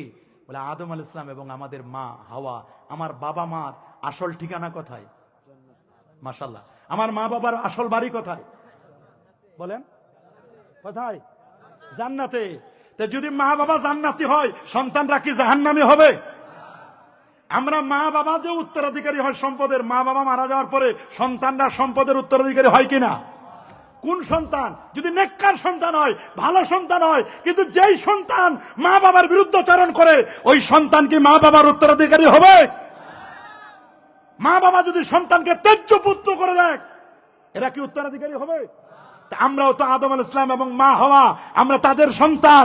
এমন সন্তান নামাজ পড়ি না, রোজা রাখি না, হজ করি না, যাকাত দেয় না, সুদ খায়, ঘুষ দেয়, বেপরদাগিরি, বেহায়াপনা, বেলাল্লাপনা সমাজের মধ্যে, অল্প টাকা পাইলেই নিজের সাক্ষীটা বিক্রি করে দিই, এইরকম যারা করি, আমরা কেমনে জান্নাতে যাওয়ার আশা পোষণ করি? আমার মা বাবার পথ মতো তো আমি চললাম না। আদম আলাইহিস সালাম এবং হাওয়া জান্নাত থেকে যে দুনিয়াতে নামলেন, আল্লাহ কি হাত পাও বেঁধে পাঠাই দিছিল? তাহলে উপর থেকে আসা যায় কিনা? তারা জমিনে আসে নাই। একজন আসছিল শ্রীলঙ্কায়, একজন কোথায়? শ্রীলঙ্কায়। আরেকজন এসেছিল জেদ্দা। জেদ্দাতুন মানে দাদি, জেদ্দাতুন মানে কি? আমি মা হাওয়ার কবর জিয়ারত করে আসি, 70 হাতের মতো, মানে আর একটু বাড়াই বলছেন, ওখানে বিশাল লম্বা কবর। এখন কবর আস্তে আস্তে করে ছোট করতেছে, মানুষ খালি ওইটা দেখার জন্য যায়। মাকবারাতু উম্মেনা হাওয়া, জেদ্দা বাব মক্কা থেকে হেঁটে গেলে 3-3.5 কিলোমিটার। মাকবারাতু উম্মেনা হাওয়া, মা হাওয়ার কবর। আল্লাহু আকবার বলেন। বহুবার আমি গিয়েছি। একদল মানুষ তো আছে কবরের কাছে যেতে চায় না। আমরা বলি কবরের কাছে গিয়ে সেজদা দেওয়া যাবে না, কবর হবে জিয়ারত। রাসূল বলেন কুনতু নাহাইতুকুম আন জিয়ারাতিল কুবুর, আমি তোমাদেরকে কালে কবর জিয়ারত করতে নিষেধ করতাম। আল আনফাজুরুহা, তোমরা এখন কবর জিয়ারত করো। ফাইন্নাহা তুযাক্কিরুল মাউতা, ওরে কবর জিয়ারত করলে মৃত্যুর কথা মনে পড়ে। তুযাক্কিরুল আখিরা, আখিরাতের স্মরণিকা হবে। ওয়া তুজাহিদু আনিদ দুনিয়া, লোকটি দুনিয়া থেকে বিমুখে আল্লাহর দিকে মনোনিবেশ করে। আল্লাহু আকবার, আল্লাহু আকবার। কবর দেখলেও সওয়াব। কবর দেখলে মনটা নরম হয় না? কি বলেন বলেন বাবা, কবর দেখলে মন নরম হয় না? জানাজা নামাজে গেলে মন নরম হয় না? এখন আপনি যদি মনে করেন জানাজা তো ফরজে কিফায়া নামাজ, কয়েকজন গেলেই হবে, আরে দোস্ত কয়েকজন গেলে হবে, তা আপনি মরবেন না? আপনি যেদিন মরবেন ওই দিন মানুষও বলবে না গেলেও চলবে, ফরজে কিফায়া। নিজেরটাও খেয়াল করবেন, নিজেরটাও খেয়াল করবেন। যে জানাজার নামাজে অংশগ্রহণ করলো তার আমার নামায় 1 কিরাত সব লিখে দেবে। সাহাবীরা বলে আমাল কিরাত ইয়া রাসূলুল্লাহ, হুজুর 1 কিরাত কি পরিমাণ? নবী বলেন উহুদ পরিমাণ। 11.5 মাইল লম্বা, 6.5 মাইল প্রস্থ। এই পাহাড়টার ওয়েট যত, ওজন যত, ওই পরিমাণ সওয়াব যে জানাজা অংশগ্রহণ করবে তার আমার নামে আল্লাহ লিখে দিবেন। দাফন কাফনে অংশগ্রহণ এরকম 2 উহুদের সমান সওয়াব তার আমার নামে আল্লাহ লিখে দিবেন। আল্লাহু আকবার। তাহলে আদম এবং হাওয়া উপর থেকে নেমেছেন, উনারা যে নেমেছেন আর কি উঠেছেন? ঈসা রুহুল্লাহ যে উঠেছেন উনি কি আর নেমেছেন? তাহলে যিনি উঠলেন উনি নামলেন না, আর যিনি নেমেছেন উনি উঠেন নাই। আর আমার আল্লাহ তার দস্তরি উঠাইছেন এবং নামাইছেন। কেমনে উঠালেন? নেন, সিস্টেমটা নেন। সহিহ হাদিসের মধ্যে লেখা, নবীজির চাচা আবু তালেবের ইন্তেকাল। চাচা মারা গেলে মন খারাপ লাগে না? বলেন, আরো জোরে বলেন। কত মনটা কষ্ট। নবীজি আমার জন্মের পরে, জন্মের আগে তো বাবাকে হারালেন, বাবাকে হারার পরে জন্মের পরে তায়েফে গেলেন হালিমাতুস সাদিয়া। আমি তায়েফ গেছি বহুবার, আল্লাহ আমাকে তায়েফে নিয়েছেন। ওই জায়গায় গেলে কোনো হাজী সাহেব চোখের পানি রাখতে পারে না। নবী যে জায়গাটিতে বিচরণ করেছিলেন, আল্লাহর হাবিব যেখানে মেষ চড়াতো লোকেরা, ওই জায়গাটা তো বরকতের জায়গা। তায়েফের বাবে ইবনে আব্বাস থেকে, আব্দুল্লাহ ইবনে আব্বাস থেকে 72 কিলোমিটার দূরে হলো ওয়াদি হালিমা। সুবহানাল্লাহ বলেন। অনেক দূরে সেই ওয়াদি হালিমা নামক জায়গাটা বরকতের জায়গা। আল্লাহ নবী সেখান থেকে মাত্র 4 বছর ছিলেন। আফসাহুল আরব, বিশুদ্ধ আরবি ভাষা তিনি শিখলেন। আরবি ভাষা শিখে এসে যখন তিনি মক্কায় অবস্থান করলেন, মক্কায় থাকাকালীন অবস্থায় একদিন খেলতে গিয়ে বাবার কথা মনে হলো। দাদা আব্দুল মুত্তালিবের কাছে এসে বললেন, দাদা আমার আব্বু কই? দাদা চোখের পানি ছেড়ে কাঁদলেন আর বললেন, বাবার কথা বলো, বাবার কথা বলো না। মা আমেনাকে ডাকলেন, আমেনা দেখো তোমার কলিজার টুকরা সন্তানটা কি বলে। উম্মে আইমান একটু দেখো তো মোহাম্মদ কি বলে। বলে বাবার কথা বলে। বলে উম্মে আইমান আমেনাকে সাথে করে নিয়ে আমার নাতি মোহাম্মদকে বাবার কবরটা একটু দেখায় নিয়ে আস। বাবার কবর দেখতে গিয়ে মা আবুয়া নামক জায়গায় প্রচন্ড জ্বর হওয়ার কারণে নবীজিকে বুকের মধ্যে নিয়ে আমেনা বুকের মধ্যে জড়িয়ে ধরলেন। জড়িয়ে ধরে কপালে চুমু খেলেন, চোখে মুখে চুমু খেয়ে উম্মে আইমানকে বললেন, আমার কলিজার টুকরা সন্তানটাকে ওর দাদা আব্দুল মুত্তালিবের কাছে ভালো করে বুঝাই দিবি। আমি মনে হয় আর ফিরে যেতে পারবো না মক্কা শরীফে। আল্লাহু আকবার বলেন। বিদায় হলো মা। আব্দুল মুত্তালিব দাদার কাছে লালিত পালিত হলেন। দাদার বিদায়ের পালা। 10 সন্তানের একজন তো বিদায় হয়েছে, 9 জন আছে। আব্দুল্লাহ তো আগেই মারা গেছেন। 9 সন্তানের এক এক করে কার কাছে সন্তানটাকে দিয়ে যাবেন, কার কাছে দিবেন, কার কাছে দিবেন। এক এক করে 8 জন বিদায় হলো। আবু তালেবকে বলেন, আবু তালেব তুমি মনে হয় যোগ্য, তুমি মনে হয় আমার এই আদরের নাতি মোহাম্মদকে লালন পালন করবে। যা বাবা তোর কাছে দিলাম। আবু তালেব ব্যবসায় গিয়ে রাসূল আকরাম সাল্লাল্লাহু আলাইহি ওয়াসাল্লামকে নিলেন। ব্যবসায় লাভবান হলেন। চাচা আবু তালেবের ইন্তেকালের পরে নবী ভারাক্রান্ত হৃদয়, আম্মাজান খাদিজাতুল কুবরা রাদিয়াল্লাহু তাআলা আনহার ইন্তেকাল হলো। তায়েফবাসীর অত্যাচার, নবীর মনটা বড় খারাপ। তায়েফ থেকে রক্তাক্ত শরীর নিয়ে যখন চলে আসলেন, রাতের বেলায় একটা মাত্র বিছানা, একটা বিছানার মধ্যে 3টা সিট, এক পাশে জাফর আত-তাইয়ার শোয়া, আরেক পাশে হামজা রাদিয়াল্লাহু তাআলা শোয়া, মাঝখানে আমার নবীজির শোয়া। সুবহানাল্লাহ বলেন। মাঝখানে আল্লাহর হাবিব শোয়া। ভারাক্রান্ত হৃদয় নিয়ে রাত্রি যাপন করছেন। আল্লাহ রাব্বুল আলামিনের সহ্য হলো না। আল্লাহ বলেন, দোস্তকে আমার জগৎটা দেখার জন্য জিবরিল কই যাও। জিবরিল, মিকাইল, ইসরাফিল 3 জন ফেরেশতাকে পাঠালেন, যাও আমার দোস্তকে একটু আমার জগৎ, আমি যে রব্বুল আলামিন, আমার জগৎটা একটু দেখো। সুবহানাল্লাহ। ওরা তো বলে উপরে যাওয়া যায় না, বলে 70টি বাধা, কেউ বলছেন 134টি বাধা, উপরে যাওয়া যায় না। সূর্যের সাথে গেলে নবী ঝলসে যাবেন, নবী পুরো ছাই হয়ে যাবেন। কিন্তু আমার আল্লাহ যদি নেয় কোনো বাধা নাই। বলেন নিবে কে? আরো জোরে, কে নিবেন? আমার আল্লাহ তো নিবেন তার দোস্তকে। সুবহানাল্লাহ, সুবহানাল্লাহ। দোস্তকে নিবেন আমার আল্লাহ। জিবরিল আমিন আসলেন ঘরের ছাদটা ফাঁক করে, একজন মাথার দিকে, একজন মাঝখানে, একজন পায়ের দিকে। নবীকে ঘুম থেকে জাগালেন, নিমন্ত্রণ পত্র দিলেন। হুজুর এই নেন নিমন্ত্রণ পত্র, এটা আল্লাহর পক্ষ থেকে আপনি রয়্যাল গেস্ট, ভিভিআইপি মেহমান, আল্লাহ আপনাকে দাওয়াত করেছেন। লিনুরিয়াহু মিন আয়াতিনা, গোটা জগৎ আল্লাহ আপনাকে দেখাবেন। আপনি যে রাহমাতুল লিল আলামিন নবী, আর আল্লাহ যে রব্বুল আলামিন, উনি কত বড় রব, এটা আপনাকে দেখাই দিবেন তার জগৎগুলো। আপনি একটি সফর করবেন, ট্যুর করবেন। স্বাভাবিকভাবে ট্যুর করতে, সফর করতে তো মজাই লাগে। নবীজি বলেন আচ্ছা ঠিক আছে। নবীকে ঘুম থেকে জাগালেন। জাগানোর পরে আপনারা তিনজনে মিলে যে আলোচনা করছেন, আমি তো ঘুমেছিলাম, তবে আমার চোখ ঘুমায়, আমার কলবটা কখনো ঘুমায় না। কালবি আকসান, আমার কলবটা সদা জাগ্রত। আপনারা তিনজন মিলে যে আলোচনা করছেন আমি সব শুনেছি। সুবহানাল্লাহ বলেন। নবীজি বলেন তানামু আয়নাইয়া, বুখারীর বর্ণনা, আমার চোখ ঘুমায়, আমার কলবটা কখনো ঘুমায় না, আমি সদা জাগ্রত, আমার কলব কখনো ঘুমায় না। আমাকে নেওয়ার জন্য আসছেন? বলে হ্যাঁ। বলে আমি একটু সুন্দর করে উজু করে আসি, ফ্রেশ হয়ে আসি। নবীরা ঘুমাইলে কখনো উজু যায় না, আমরা ঘুমাইলে উজু যায় কিনা? নবীরা ঘুমাইলে কি উজু যায়? নবীদের কোনো গুনাহ ছিল? নবীগণ মাসুম, বলেন না নবীরা কি? যদি কেউ বলে নবীদের গুনাহ ছিল, মনে রাখবেন এরা আহলে হক নয়, এরা বাতিল পন্থী। এরা কি পন্থী? বাতিল পন্থী, আহলে হক নয়। কই নবীরাও গুনাহ করেছে, নবীরা কিয়ামতের দিন ফেল করে তাকায় থাকবেন? নাউজুবিল্লাহ, নো। আল্লাহ নবী কখনো ফেল করে তাকায় থাকবেন না। কঠিন কিয়ামতের ময়দানে রাসূল আকরাম সাল্লাল্লাহু আলাইহি ওয়াসাল্লাম তিনি আমাদের শাফাআত করবেন। নবীজি হায়াতুন নবী, আল্লাহর নবী, আলোকিত নবী। সমস্ত নবীগণ আপন আপন রওজা মুবারাকায় তারা জিন্দা। নবীরা আপন আপন রওজা মুবারাকায় তারা কি জিন্দা, নাকি মরে পচে গলে শেষ? কি বলেন আপনারা? নবীরা কি মরে পচে গলে শেষ? এই আকীদা রাখা যাবে? এই বিশ্বাস রাখা যাবে না? এই বিশ্বাস রাখা যাবে না। নবীগণ আপন আপন রওজা মুবারাকায় তারা জিন্দা। সমস্ত হাজী সাহেবরা মসজিদে নববীতে গিয়ে নবীকে সালাম দেয়, আসসালাতু ওয়াসসালামু আলাইকা ইয়া রাসূলুল্লাহ, আসসালাতু ওয়াসসালামু আলাইকা ইয়া হাবিবাল্লাহ। কত আবেগ নিয়ে, কত চোখের পানি, কত কান্না। আপনি সেখানে না গেলে বুঝবেন না নবীর প্রতি কত আশিক তারা। বুখারীর বর্ণনা, সাহাবায়ে কেরাম নবীকে এত বেশি ভালোবাসতেন, হাত পেতে দিতেন, নবীর থুতু মোবারক নিয়ে চেহারায় মাখতেন। নবীকে কত ভালোবেসেছেন তারা।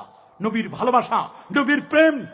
সুবহানাল্লাহ বলেন, আল্লাহু আকবার বলেন, আরো যেমন আল্লাহু আকবার। কত প্রেম তাদের, কত ভালোবাসা। নবীকে নিমন্ত্রণ পত্র দেখানোর পরে নবী আমি একটু উজু করে আসি, ফ্রেশ হয়ে আসি। নবীজি উজু করে আসলেন। আসার পরে বলে আপনার জন্য জান্নাতি গাড়ি রেডি, বোরাক। বারকুন মানে বিদ্যুৎ, সুপারলেটিভ ডিগ্রি হচ্ছে বোরাক। বিদ্যুতের গতি প্রতি সেকেন্ডে 1,86,000 মাইল, আর বোরাকের গতিটা বিদ্যুতের গতির চেয়ে কোটি কোটি গুণ গতি সম্পন্ন। এমন গাড়ি আনলেন যে গাড়ি পৃথিবীতে কখনো চলে নাই। এটা প্রাডো নয়, পাজারো নয়, হেরিয়ার নয়, এপ্রিমিও না, এটা জান্নাতি গাড়ি। 40,000 গাড়ি থেকে বাছাই করে আনছেন। বোরাক দেখতে ইনসানের মানুষের মতো, কপালে লেখা লা ইলাহা ইল্লাল্লাহু মুহাম্মাদুর রাসূলুল্লাহ সাল্লাল্লাহু আলাইহি সাল্লাম। কপালে এটা লিখে দেওয়া আছে, লা ইলাহা ইল্লাল্লাহ মুহাম্মাদুর রাসূলুল্লাহ, কপালে লেখা। আর একদল দোস্ত বুজুর্গ বের হয়েছে, তারা বলেন একসাথে কলেমা লেখা নাকি শিরক। আপনারা বলেন আমাদের কলেমাটা একসাথে লেখলে কি শিরক হবে? যারা বলেন একসাথে লেখলে শিরক হবে। সৌদি আরবের জাতীয় পতাকায় কলেমা লেখা, আফগানিস্তানের ন্যাশনাল ফ্ল্যাগ জাতীয় পতাকায় এই কলেমাটা লেখা। এই কলেমার উসিলায় আদম নবী মাফ পেয়েছিলেন। আদম আলাইহিস সালাম বলে আল্লাহ আপনি কি আমাকে মুহাম্মদ সাল্লাল্লাহু আলাইহি ওয়াসাল্লামের উসিলায় মাফ করে দিবেন না? আল্লাহ বলেন তুমি মুহাম্মদকে কেমনে চিনলা? আমি তো এখনো পর্যন্ত সৃষ্টি করি নাই। বলেন আল্লাহ আপনি যখন আমাকে 120 হাত লম্বা বানালেন, ভিতরে রুহু দিলেন, মাথাটা জায়গায় দেখলাম আরশের খুঁটিতে লেখা লা ইলাহা ইল্লাল্লাহ প্লাস মুহাম্মাদুর রাসূলুল্লাহ সাল্লাল্লাহু আলাইহি ওয়াসাল্লাম, এটি লেখা। আমি বুঝছি আপনার নামের সাথে যে আরেকটা নাম লেখা, এই নামের উসিলায় আল্লাহ আপনি আমারে মাফ করে দেন। সুবহানাল্লাহ বলেন, আল্লাহু আকবার বলেন, আরো দেব আল্লাহু আকবার। আল্লাহ নবী বলেন আমি রাকিবতু বিল বানাত, আমি বোরাকে আরোহণ করলাম। তবে বোরাকে আরোহণ করার আগে আমাকে জিবরিল আমিন বলেন হুজুর আপনার সিনাটা চাক হবে, আপনি এখান থেকে আরশে আজিমে যাবেন, আরো উপর পর্যন্ত যাবেন। সুবহানাল্লাহ বলেন। তো এত দূর যাবেন তা আপনার একটু স্বাস্থ্য পরীক্ষা হবে না? একটু হেলথ কার্ড, মেডিকেল টিম আসতেছে। বলে কে করবে আমার হেলথ কার্ড? কে দিবে আমাকে হেলথ কার্ড? আমার মেডিকেল চেক আপ করবে কে? বলে আপনি একটু শুয়ে পড়েন। মাকামে ইব্রাহিম এবং জমজম কূপের মাঝখানে নবীজিকে শুয়াই দেওয়া হলো। নবীর আমার গায়ের পাটা সাদা চাদর দেওয়া হলো। সাদা চাদর দেওয়ার পরে একটা ট্রে আনা হলো, সুই সুতা সব স্বর্ণের, সহিহ মুসলিমের বর্ণনা। আনার পরে নবীজির কাপড়টা উঠাইয়া এখান থেকে পর্যন্ত সাক্কা সাদরিক ওয়াখরাজা কালবি, এই জায়গা থেকে পর্যন্ত পুরো বুকটা আমার চিরে দিল। আমার হার্ট, আমার কলব এটা বের করলো। সুম্মা গুসিলা বিমায়ে জমজম, এটাকে জমজমের পানি দিয়ে ওয়াশ করা হলো, ধৌত করা হলো। সুম্মা উমতুলিয়া বিন নূরি ওয়াল হিকমা, নূর, হিকমা, জ্ঞান, বিজ্ঞান, প্রজ্ঞা, সায়েন্স, টেকনোলজি, যা যা দেওয়া দরকার সব ডাউনলোড করে দিলেন, সেট আপ দিলেন। নবী জীবনে আমি কোনো চিহ্ন খুঁজে পাই না। কিছুক্ষণ পরে আমাকে বলা হলো আপনি গাড়িতে উঠেন। নিয়ম হলো অপারেশন থিয়েটার থেকে বের হওয়ার পরে কমপক্ষে তো 3 দিন বিছানায় শুয়ে থাকার কথা, 3 মাস বিছানায় শুয়ে থাকার কথা। না হুজুর, আপনার শোয়া লাগবে না, এটা কুদরতি কারিশমায় অপারেশন, এটা ওপেন হার্ট সার্জারি হলো। একবার নয়, দুবার নয়, আল্লাহ নবীর জীবনে 4বার নবীর ওপেন হার্ট সার্জারি হয়েছিল। কতবার? আরো জোরে, আরো জোরে। একবার 4 বছর বয়সে, একবার 12 বছর বয়সে, একবার 41 বছর বয়সে, আর একবার 51তম বছরে মেরাজের রজনীতে। মোট 4বার নবীজির সিনা মোবারক ওপেন হার্ট সার্জারি হয়েছিল। আল্লাহু আকবার। নবীজির সিনাটা চাক করে জান্নাতে গাড়ি বোরাকে চড়ে আল্লাহ নবীকে বলা হলো এটা গেট লক সার্ভিস নয়, এটা 3টা জায়গায় স্টপেজ দিবে। কয় জায়গায়? ফার্স্ট স্টপেজ দিল মদিনা শরীফ, ইয়াসরিব, 2 রাকাত নামাজ পড়লেন। ইয়াসরিব থেকে চলে গেলেন বিথিলহাম, মৌলুদ ঈসা, ঈসা নবীর জন্মের জায়গা। 2 রাকাত নামাজ পড়লেন। ঈসা নবীর জন্মের জায়গায় নামাজ পড়ে চলে গেলেন, দেখলেন তুরে সাইনাতে যাওয়ার সময় দেখতে মুসা নবী কবরে দাঁড়ায় দাঁড়ায় নামাজ পড়তেছে। চলে গেলেন বাইতুল মুকাদ্দাস, গাড়িটা পার্কিং করলেন। বোরাকটা পার্কিং করার পর দেখলেন লাখের উপর পয়গাম্বর, 1 লক্ষের অধিক পয়গাম্বর নবীরা দাঁড়ায় আছে। সবাই শুনছে আজকে নাকি একজন পয়গাম্বর আসবেন, উনি নাকি আজকে নামাজের ইমামতি করবে। সবাই বলছে ভাই ইমাম সাহেব আসছে? বলে না। ইমাম সাহেব আসছে? বলে না। বলে কখন আসবে? বলে একটু পরে আসবে, আপনারা অপেক্ষা করেন। লাখের উপর পয়গাম্বর, ওয়েট এন্ড সি। তারা শুধু অপেক্ষা করছেন, ইন্তজার করতেছেন, দেখতেছেন কই কই। কিছুক্ষণ পরে দেখলেন গোটা পৃথিবীর অর্ধেক সৌন্দর্য ইউসুফ নবীকে দেওয়া হয়েছে। আর সৌন্দর্য অর্ধেক যে আমরা বলি, তাফসিরে আজিজির মধ্যে লেখা যে 100 ভাগ সৌন্দর্যের 1 ভাগ খুচরা করে 50 ভাগ দিচ্ছেন গোটা পৃথিবীর মানুষকে, আর 50 ভাগ দিচ্ছেন ইউসুফ নবীকে। এগেল 1, এগেল কত? আর বাকি থাকে এই 99 ভাগ সৌন্দর্য দিয়ে, জ্যোতির্ময় দিয়ে আমার আল্লাহ তার হাবিবকে সৃষ্টি করেছেন। আল্লাহু আকবার বলেন। এই জন্য জামে তিরমিজি শামাইলুত তিরমিজির 14 নম্বর হাদিসের মধ্যে লেখা, ইজা তাকাল্লামা রুইয়াকা নূর, নবী যখন কথা বলতো খালি আলো বের হইতো, আলোগুলো বিচ্ছুরিত হতে থাকতো। আল্লাহু আকবার বলেন। কবি বলেছেন ওয়া আহসানু মিনকা লাম তারা কাত্তু আইনি ওয়া আজমালু মিনকা লাম তালিদিন নিসা খুলিকতা মুবাররাআম মিন কুল্লি আইবিন কান্নাকা ক্বাদ খুলিকতা কামা তাশা। নবী আপনাকে এমন সুন্দর করে আমার আল্লাহ সৃষ্টি করেছেন, কোন চোখ আপনার চেয়ে সুন্দর কাউকে দেখে নাই, কোন নারী আপনার চেয়ে সুন্দর কাউকে জন্ম দেয় নাই। খুলিকতা মুবাররাআম মিন কুল্লি আইবিন, আপনাকে ত্রুটি মুক্ত করে আল্লাহ বানাইছেন। ঠিক এমন বানাইছেন আপনি যেমন চাইছেন আল্লাহ আপনার ওই রকম বানাইছেন। আপনার চাহিদা মতো আল্লাহ আপনাকে বানাই দিয়েছেন। আল্লাহু আকবার বলেন। নবীজি সবাই দেখতেছে যে জ্যোতির্ময় চেহারা আসতেছেন। জিবরিল আমিন গিয়ে ইমামতির জায়গায় নবীকে দাঁড় করাই দিলেন। নবীজি 2 রাকাত নামাজ পড়ালেন। নামাজ শেষ। লাখের পর পয়গম্বর মুসাফা করার নবীর চান্স পায় নাই। নবীরা পর্যন্ত চান্স পায় না নবীর সাথে মুসাফা করবেন। সুবহানাল্লাহ বলেন। লাখের পর পয়গম্বর দাঁড়ানো। ইব্রাহিম আলাইহিস সালাম বলেন উনি মঞ্চে দাঁড়ায় গেলেন, উপস্থাপনা করবেন অনুষ্ঠানটা। আর অনুষ্ঠানের সভাপতি হলেন, প্রেসিডেন্ট সভাপতি হলেন আদম আলাইহিস সালাম। অনুষ্ঠানের চিফ গেস্ট হচ্ছেন রাসূলুল্লাহ সাল্লাল্লাহু আলাইহি সাল্লাম। আল্লাহু আকবার। সভাপতির অনুমতিক্রমে উপস্থাপক ঘোষণা দিলেন আজকে আমরা প্রধান অতিথির বক্তব্য শুনতে চাই। আল্লাহ নবী সংক্ষিপ্ত আকারে একটু বক্তব্য দিলেন। লাখের পর পয়গম্বর নবীর বক্তব্য শুনে তারা অবাক হয়ে গেল। এত সুন্দর বক্তব্য গুছানো, সমস্ত নবীরা পর্যন্ত তারা অবাক হয়ে নবীজির বক্তব্য শোনার পরে নবীকে এবার আপ্যায়নের জন্য 4টা গ্লাস দেওয়া হলো। কয়টা? মাশাআল্লাহ, কয়টা? দেখলেন একটা গ্লাসে দুধ, আরেকটা গ্লাসে মধু, আরেকটা গ্লাসে পানি, আরেকটা গ্লাসে শরাব। কয়টা? বলেন। মধু, শরাব, পানি, দুধ। কয়টা? নবীজিকে বলা হলো 4টা থেকে 4 in 1, 4টা থেকে একটা আপনি নিবেন। সুবহানাল্লাহ। নবী কনফিউশনে পড়ে গেলেন, আমি কি দুধ নিব নাকি মধু নিব, না পানি নিব নাকি শরাব নিব? পানি নেন নাই। পানি নিলে তো উম্মত পানিতে ভাসবে। পানির অপর নাম যেমন জীবন, আবার পানির অপর নাম মরণও আছে। কথা বলেন। যদি যমুনার পানি একবার ভাসে তাহলে কি সিরাজগঞ্জের অবস্থা কেমন হবে তো বুঝেন। পানির অপর নাম যেমন জীবন, ঠিক পানির অপর নাম কি? পানি নিছেন? নেন নাই। শরাব, শরাব নেন নাই, কারণ যদি শরাব নেন কুল্লু মুস্কিরিন হারাম, শরাব তো হারাম, নেওয়া যাবে? দেখেন না বর্তমান তাতেও যুবকরা ইয়াবা, বাবা, হিরোইন, ফেন্সিডিল নিয়ে এত ব্যস্ত।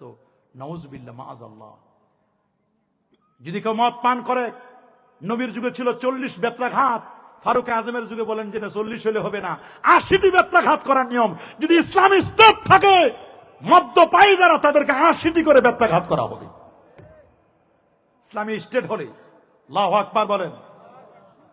বড় কঠিন অবস্থা। শরাব নিলেন না। ইন্নামাল খামরু ওয়াল মাইসিরু ওয়াল আনসাবু ওয়াল আজলামু রিজসুম মিন আমালিশ শাইতান ফাজতানিবু। আল্লাহু আকবার বলেন। আমার কমিটমেন্ট অনুযায়ী সময় একেবারে কাছাকাছি, খুব বেশি সময় নিব না, আমি অল্প সময়ের মধ্যে শেষ করে দিতে চাচ্ছি। আপনাদেরও কষ্ট হচ্ছে, ফজর মিস হয়ে যাবে, এটা আমি কখনো চাই না। আমার কারণে যদি কারো ফজরের নামাজ মিস হয়ে, তা আমি তো গুনাহগার হয়ে যাব। আলহামদুলিল্লাহ অল্প অল্প সময়ের মধ্যে আপনাদের কষ্ট হচ্ছে না তো? আমরা একেবারে খুব কাছাকাছি সময় চলে আসছি। নবীজি মধু নিলেন না। কি নেন নাই বলেন? বলবেন হুজুর মধু কেন নিল না? মধু তো ভালো জিনিস। রাসূল বলেছেন আলাইকুম বিশফাইন, তোমরা দুটো জিনিসের মাধ্যমে চিকিৎসা নেবে, একটা হলো আল কোরআন আর একটা হলো আসাল, মধু এবং কোরআনের দ্বারা। কিন্তু আমরা মধু খাই, বাট মধুর যে নাম্বার তা শেষ নাই, 5 নাম্বার 6 নাম্বার, 1 নাম্বার মধু পাওয়া তো বড় কঠিন। মধু হই হই মধু বলে বলে আমাদের বিষ খাওয়াই দেয়। আছে না অনেকে মধু বলে কি খাওয়ায়? অরিজিনাল মধু পাওয়া যায়।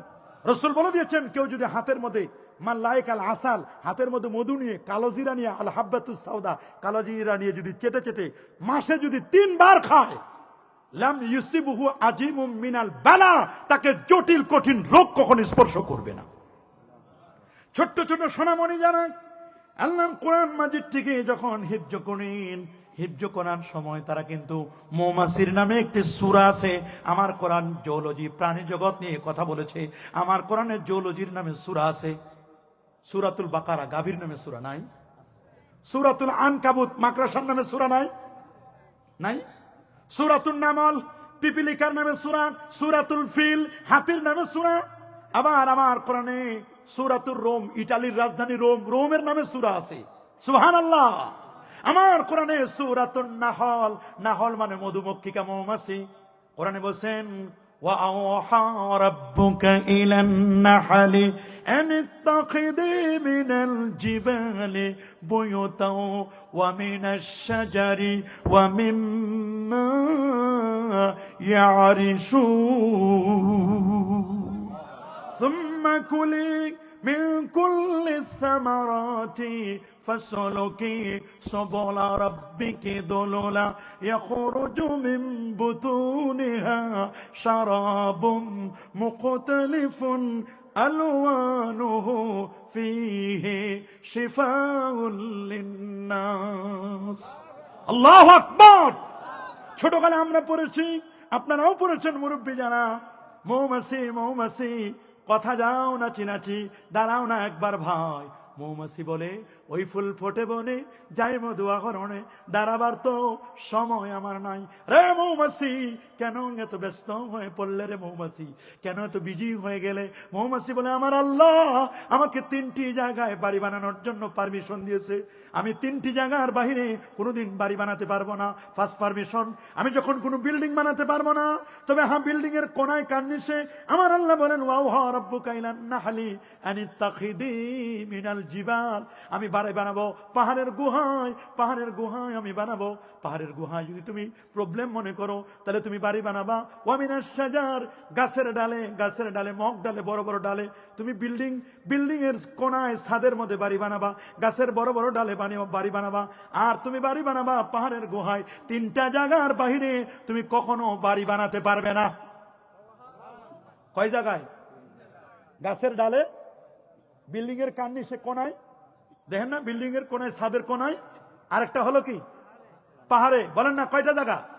এই 3টা জায়গার বাহিরে কি বাড়ি বানানো হয়? হয় না। এবং বাড়িটা যখন বানায় এটা আয়তক্ষেত্রের মতো বানায় না, বর্গক্ষেত্রের মতো বানায় না, এটা জ্যামিতি শাস্ত্রের ট্রাপিজিয়ামের মতো বানায়। ট্রাপিজিয়াম একটু ত্রিকোণমতির মতো একেবারে। ট্রাপিজিয়াম মানে 3 ভাগে তেরসা করে বানায়, কারণ ঝড় তুফান আপদ বিপদ তাকে যেন কোনো ধরনের একেবারে উল্টাই দিতে পারে না। দেখেন না, গাছ পড়ে যায়, মাগার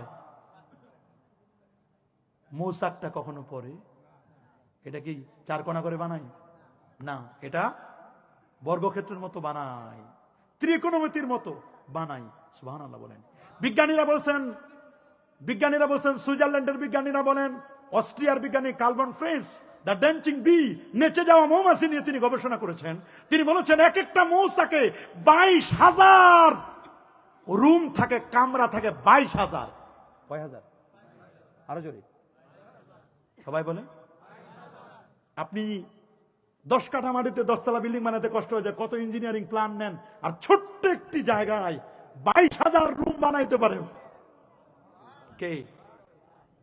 মৌমাছি। আল্লাহু আকবার বলেন। মৌচাকটা বানানোর পরে 22,000 মৌমাছি থাকে। আচ্ছা, আপনারা সবাই একটু সত্য কথাটা বলবেন, কখনো যদি মৌচাকের নিচ দিয়ে হেঁটে যান ভয় লাগে কিনা? সত্য কথা বলেন তো, লাগে কেন? মুরব্বী কইছে যদি কামড় দেয়, যদি কি কামড় দেয় যদি। আচ্ছা, মৌমাছি কি এমনি কামড় দিবে? কি এমনি কামড় দিবে? এমনি কামড় দিবে না। মুসলমান এমনি কামড় দিবে না। মুসলমানকে যদি কেউ ঢিল মারো, এই বাংলা জমিন শুধু নয়, গোটা পৃথিবীতে মুসলমানরা যদি ঐক্যবদ্ধ থাকে, মুসলমানদেরকে, আলেম ওলামাদেরকে কখনো তাদের সামনে কথা বলার সাহস কারো নাই। আমি খালি চিন্তা করি, 22,000 মৌমাছি যদি একটা মৌচাকে থাকে, এতে যদি ঐক্যবদ্ধ থাকে 22,000 মৌমাছি, এর নিচ দিয়ে গেলে আমরা মুসলমান ভয় পাই। তাহলে যদি 22,000 আলেম ওলামা ঐক্যবদ্ধ থাকে, 59টা মুসলিম দেশ যদি ঐক্যবদ্ধ থাকে, তাহলে মুসলমানের সামনে দাঁড়ানোর মতো কেউ আছে? কোন নাস্তিক বেঈমান আছে? নাই, কেউ নাই। আজকে মুসলমান ঐক্যবদ্ধ নাই। যেখানে ফিলিস্তিন আমার করায়ত্তে নাই, বাইতুল মুকাদ্দাস আমার অধীনে নাই, কারণ 59টি মুসলিম দেশের মোড়ল যারা, তারা হলো ওই বিধর্মীদের 5 গোলাম। কথা বলেন, আমেরিকার 5 গোলাম তারা। দাবি করে আমরা মুসলমান রাষ্ট্রের, মুসলিম রাষ্ট্রের মোড়ল, মুসলিম রাষ্ট্রের প্রাইম মিনিস্টার, দাবি করে তারা ঠিকই, কিন্তু বাট দেখবেন এরা কাজে কর্মে মুসলমান নয়। আল্লামা ইকবাল বলছেন, ও জামে তুম হো না সারা তো তামাদ্দুন মে হুনুদ জেনহে দেখে কে শর্মা ইহুদ। খুব তো কইছো দুনিয়া হতে বিদায় নিচ্ছে মুসলমান, প্রশ্ন আমার মুসলিম সেটা সে কি আজ বিদ্যমান? চলন তোমার খ্রিস্টানিয়ার হিন্দুয়ানি তামাদ্দুন, ইহুদিও আজ শরম পাইবে দেখিলে তোমার এই সব গুণ। নাউজুবিল্লাহ বলেন।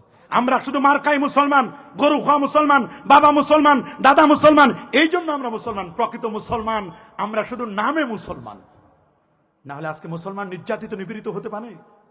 কথা বলুন, জোরে বলুন, গভীর মনোযোগ। রাসূল আকরাম সাল্লাল্লাহু আলাইহি সাল্লাম মধু নিছেন? বলেন না, মধু নেন নাই? জিজ্ঞেস করলো মধু নিলেন না কেন? বলে মধু এটা উঁচু লেভেলের খাবার, সবার ঘরে পাওয়া যায় না। গরিবের ঘরে মধু পাওয়া যায় না, বড় লোকের ঘরে 1000-1200 টাকা কেজি। সবার ঘরে কি মধু আছে? কিন্তু নবীজি বলেন আখাস্তুল লাবান, দুধের গ্লাসটা আমি টেনে নিলাম। জিবরিল আমিন বলেন আখাস্তাল ফিতরা, স্বভাবজাত ভাবে ভালো জিনিস নিছেন। দুধ, দুধ হলো ইলমে শরীয়ত। দুধের ভিতরে জ্বালানোর পরে সর পরে ঘি মাখন, এইটার নাম ইলমে মারিফত, তরিকত। আল্লাহু আকবার। আগে দুধ, তারপর সর, ঘি, মাখন। সুবহানাল্লাহ বলেন। এ বাবা, দুধ ছাড়া ঘি হয়? আপনারা তো সিরাজগঞ্জের মানুষ ভালো জানেন। আমাদের মন্ডল সাহেব যে দই খাওয়াইছে, আমি তো খুব প্লিজড, এত সুন্দর দই, অরিজিনাল দই খাইলাম আজকে। আলহামদুলিল্লাহ বলেন, আলহামদুলিল্লাহ বলেন না? দেখেন, এই যে দুধ, দুধ দিয়ে তো সব তৈরি হয়, দই, মিষ্টি, ছানা, ঘি, কিন্তু দুধে নাই। যাদের ইলমে শরীয়ত নাই, দুধ হলো ইলমে শরীয়ত, ঘি মাখন এটার নাম ইলমে মারিফত। যার শরীয়ত নাই, উনি মারিফত লয়ে টানাটানি করে। আগে হলো শরীয়ত, তারপর হলো মারিফত। আগে হলো দুধ, তারপর হলো ঘি মাখন। দুধে নাই, উনি বলছে আমি মারিফত লয়ে আসি। বেটা, তোমার কিসের মারিফত? ওটা মাইরের পথ, ওটা মারিফত নয়, ওটা মরার পথ, ওটা ভণ্ডামির পথ। কথা বলেন, জোরে বলেন। নবীজি কি নিলেন? দুধের গ্লাসটা টেনে নিলেন। রাসূল বলেছেন আলাইকুম বি আলবানিল বাকার, তোমরা গাভীর দুধ খাবে। ফাইন্নাহা তারিমু মিন কুল্লি শাজার, কারণ দুধ এটা সকল ঘাসের সার নির্যাস, ঘাসের সার নির্যাস। ডক্টর দেবী শেঠি, কি ভারতের হার্টের ডাক্তার, ডাক্তার দেবী শেঠি, ওনাকে জিজ্ঞেস করা হলো, স্যার বাংলাদেশে উনি বললেন যে তোমাদের বাংলাদেশ থেকে এত হার্টের রোগী আসে কারণটা কি? তোমরা মনে হয় গরু খাও বেশি। বলে স্যার আমরা তো গরু খাওয়া মুসলমান, গরুই তো বেশি খাবো আমরা। কই গরু খাইতে পারবে না, রেড মিট খাওয়া যাবে না, খাসি খাওয়া যাবে না। বলে স্যার কি খাবো? কই গরু যা খায় তা খাও। বলে স্যার গরু তো ঘাস খায়, আমরা কি ঘাস খাবো? মানুষ কি বলবে আমাদেরকে? বলে আরে বেটা, ঘাস খাওয়া নয়, ঘাস হলো ভেজিটেবল, সবজি। তোমরা সবজি বেশি খাবা।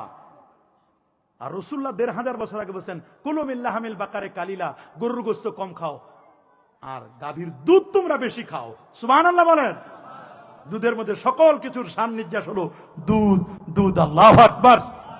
আল্লাহ নবী দুধের গ্লাসটা নিলেন, দুধের গ্লাসটা নিয়ে খেয়ে নবীজি খেয়ে এরপরে নবীজির শুরু হলো। এবার গাড়িতে উঠলেন নবীজি, এবার চলে গেলেন চন্দ্র, সূর্য, গ্রহ, নক্ষত্র, Neptune, Pluto, galaxy, Milky Way, nova, supernova, Proxima Centauri, Andromeda galaxy cross করে আল্লাহ নবী এবার চলে গেলেন প্রথম আকাশ। প্রথম আকাশে গিয়ে যখন নবীজির গাড়ি ধাক্কা খেল, দেখলেন 120 হাত লম্বা আদম নবী রিসিভ করার জন্য দাঁড়ায় আছেন। এবছর প্রথম আকাশ পর্যন্ত থাকুক। আমি পাশে আমাদের পাশে একটা আগামী 20 তারিখ মনে মাহফিলে আসবো, হ্যাঁ, বয়রা বাড়ি। আল্লাহ যদি সুযোগ দেয়, ওখানে তো অনেক মানুষজন হয়, হুজুর বলছে আমাদের মানে সানওয়ার হুজুর বলছেন, আল্লাহ যদি সুযোগ দেয় ইনশাআল্লাহ আমরা পরবর্তী আলোচনাগুলো সেখানে